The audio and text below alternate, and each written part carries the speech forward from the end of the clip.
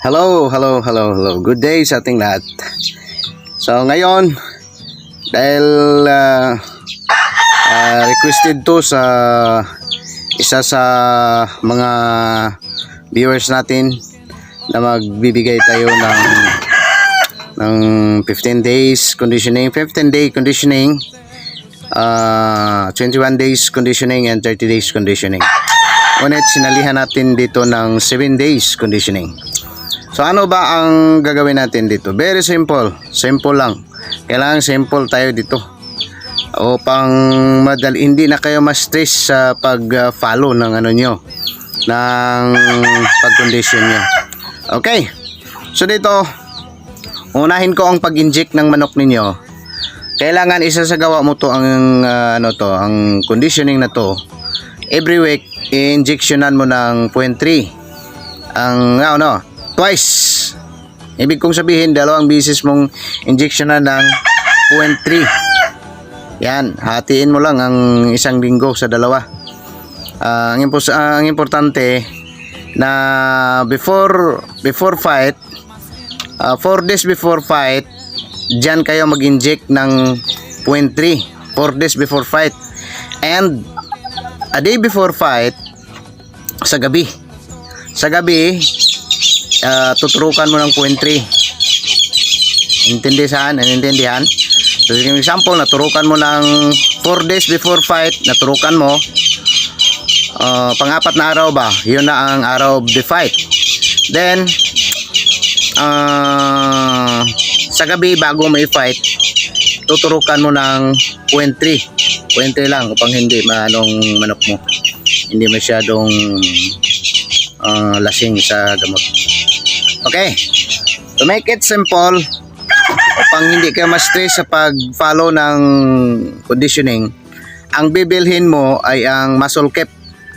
Kung 7 days conditioning lang ang gagamitin mo, ang pagko-condition mo, ang bibilhin mo ay muscle cap, isang karton na yan, good for 1 week. So i-follow mo lang ang direction dyan. Dahil mayroong direction dyan sa unang araw, pangalawang araw, 3 hanggang 7 araw. Ang pang 7 araw ay day of fight yun. I-follow mo lang. Ayan. So sa 15-day conditioning, i-follow mo rin. Kung 15-day conditioning ang bibilhin mo, meaning second week yan. Huwag ka na ma-stress. 2 weeks yan, pang 2 weeks. So bibili kayo ng gamot na muscle cap, at ang second week bibili ka ng isang karton din ng cutting yan. So pang yan, basta pangalawang araw o pangalawang week. So yun pa rin, every week tuturukan mo ng 0.3, 2 beses. Twice, 2 beses or twice yun ang ibig sabihin yun.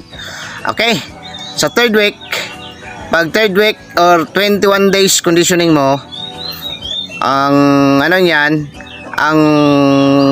pangatlong week, third week, ang ibigay mo ay ang muscle cap. Meaning, first week muscle cap, second cap cutting, third week muscle cap. Yan, i-follow mo lang ang direction. Follow mo lang ang directions, first day, second day, hanggang sa day of the fight, dahil mayroong direction dyan yung muscle cap at saka cutting. Then pag 30 days conditioning, doon mo na i-follow ang bibili ka ng cutting, pang last na yan ang cutting. Yun na, i-follow mo yan. Sunod mo lang ang direction. Yan, kung mayroong mang days yan na hindi tutugma, itugma mo talaga ang last na tablet na gagamitin mo, itugma mo lang. So pwede yung pag mayroong, for example, isang araw dyan na hindi magkakatugma, dugtungan mo lang ng other tablets ang yan, previous dyan. So basta matugma mo sa every week na direction dyan, dahil may pampatalas ng mata dyan, pampaliksi, ng stamina. Yun bang matagal mapagod ang manok mo. Nandiyan na lahat ang iba't ibang uri ng mga gamot na kailangan mo. Huwag ka nang bumili ng mga mamahaling gamot, kailangan simple tayo rito. So sa ituturok mo naman ng mga injection, ituturok mo sa manok mo, pipili ka kahit anong uri ng ituturok mo. Pwedeng Bilamel, pwede ring Bixan. Ayan ha, basta't puwente-puwente lang upang hindi kayo madali. Okay, pili kayo dyan. At i-mix mo lang sa hydroxo. Mayroong hydroxo na i-mix mo dahil ang hydroxo yan upang tatapang yung manok mo kahit na malapit nang mamatay. Tutuka pa rin yan sa kalaban. Yan ang sekreto ng hydroxo. Yan. Yun na, pwede ka rin bumili ng Dr. Blues. Dr. Blue ba yan o Dr. Blues? Kalimutan ko na, matagal lang hindi na ako nagkamit ng gamot na yan. Kung gusto mo pa rin na na mga gamot na medyo tati, may kamahalan lang, testosterone. Ang testosterone ay magamit mo yan pag malaki ang karayo mo. Ngunit pag maliit ang karayo mo, huwag mong gamitin yan dahil malagkit yan. Mahirap yung ilabas ang testosterone. Malagkit, puti. Okay. Or di kaya bumili kayo ng Dinuron. Ang Dinuron ay matagal mamatay ang manok mo niyan. Ngunit hindi ko pa yan nagamit. Ang maging the same ang effect niyan sa Filipino Red Viper. Red Viper. 1.8 yan before. 1,800 ang ano niyan, ng isang, I think if I'm not mistaken, parang more than 10 cc lang yata yun. 10 cc yung 1,800. So ngayon siguro baka more than 2 or 3 more or less. So yan ang Filipino Red Viper. Ngunit wala nang gaganda pa sa Filipino Red Viper dahil matagal mamatay manok mo niyan. So ano pa? Everyday patakan mo ng nakalimutan ko yan. Ano ba yung tawag yun na pang stress reliever? Nakalimutan ko yung stress reliever, anong pangalan yun. Naiwan ko sa itaas eh. Next time lang ko ibigay yung anong ipatak mo sa manok mo. Okay, siguro alam nyo naman siguro yun bago pumuntang sabungan at saka bago mo isa lang. Ang naalala ko lang ay yung Demon Driver. Demon Driver ba yun? Demon Driver. Yes, Demon Driver ba yun? Yun lang naalala ko, ipatak mo yan sa manok mo bago i-fight. Mayroong isa yan eh. Mayroong isa yan na tested, yun ang lagi kong ginagamit, kalimutan ko. Next time na lang yan ibigay ko. Manood lang kayo sa ibang kong mga vlog dahil lalabas yun yung gamot na yan. So ang manok mo niyan ay hindi siya madaling mapagod. Ngunit ipatak mo yan parang 1, 2, 3 patak everyday upang makondisyon siya dahil sa pag-ibigay mo yan ang gamot na yan. Pag ibigay mo yan ang gamot na yan, hindi mo siya na kondisyon katawan niya sa sakit ang ulo niya. Parang wala siya sa kondisyon at the day of the fight. So kailangan ang manok mo ay laging kondisyon. Yan. Ganyan lang magkondisyon ng manok. Okay, so sunod na lang yung paano mo upang hindi bumigat yung manok mo, ibigay ko lang sa inyo yon. Anyway, pa-insert lang ha. So manood lang kayo dito palagi dahil para sa inyo ang lahat ng mga ano ko dito. Yun lang ang mga conditioning 7 days conditioning, 15 day conditioning, 21 days conditioning, and 30 days conditioning. Yun lang, wala kang magpa-stress na ano pang mga tablet ang ano mo, nandyan na lahat.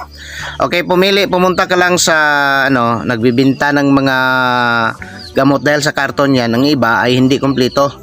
Bibilangin mo ang sa loob pag bilhin mo, dahil pag sinabi na 7 tableta, 7 talaga dyan sa loob.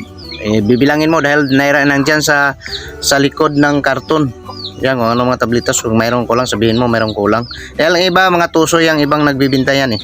Pag sabi na 5 tablets dahil sa, parang ang ano niyan eh, ang cutting, 5 tablets lang yon. Ang mayroong isang araw na di mo dapat lagyan ng tablet at 2 araw. Ang sa ano naman, 2 araw sa ano, sa cutting. Ang sa muscle cap, 1 araw na hindi mo pagbibigyan ng ano, ng gamot. Kalimutan ko talaga yung gamot na isa. I-recall ko muna at ibigay ko sa inyo mamaya. Okay ba? Butit na ano ko na remember ko. Reload pala. Reload, yun ang ibigay mo ang reload. Patakan mo ng everyday kahit isa or tatlong patak ang bungangan niya. So pag punta mong sabungan, patakan mo ng 7 na drops. Pagdating mo doon, patakan mo rin ng 7 drops upang walang stress siya sa biyahe. Yan. Ang yung demon driver, hindi ko kabisado ang ano niyan, ngunit pareho pa rin. Ang mas malakas kasi ang demon driver eh, at saka mas mahal yun. So dito, but ang i-recommend ko sa inyo yung ano, reload, dahil sa tested ko na yun. Yung ginamit kong reload, doon ako nagcha-champion eh. At saka yung demon driver, parang 2 beses akong gumamit yan, hindi ako nanalo. So dito lang gagamitin mo ang reload. So reload lang gagamitin ko, i-recommend ko sa inyo. Okay, bahala ka na sa ibang